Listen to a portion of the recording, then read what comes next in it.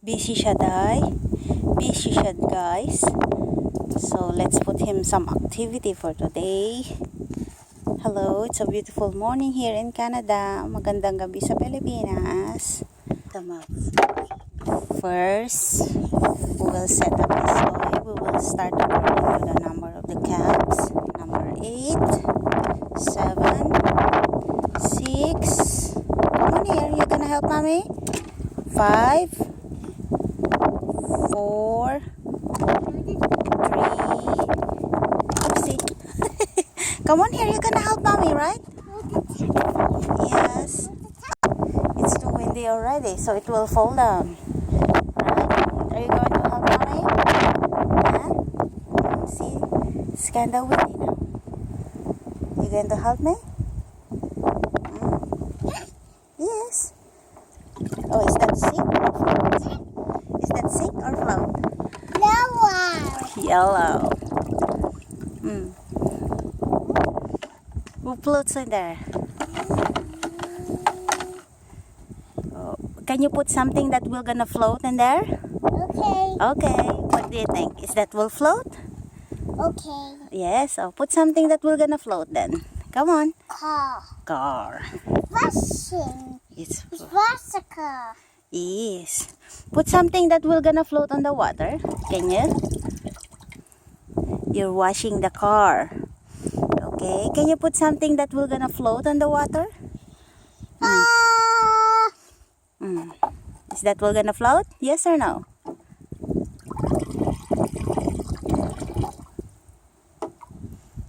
Is that will float? Wow. Look how mommy will gonna do. William, let's put the water. Look how the water will go out. What do you think? Is the water will go there? Oh, take a look Oh, use this one. That one there's a hole in it. Not that one, son. Use the white cup then. Let's put closer to it. How we're gonna go? Put it on top. Whoa, look, the water will go. Is it like a fountain now? Oh, where did this goes? Oh. You should put a water in there. What do you think? Slowly, eh? Be sure not to wet yourself too. Oopsie.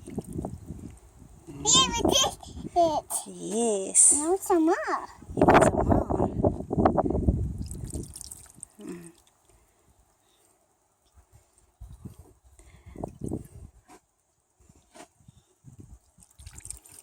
Are you going to sell a water? Are you going to sell a water? I it up into. Going to sell a water too?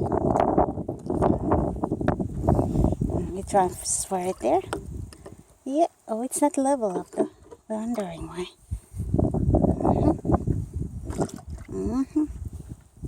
You're leveling it.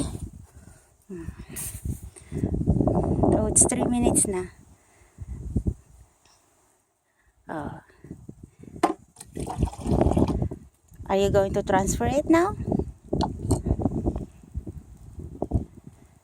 So,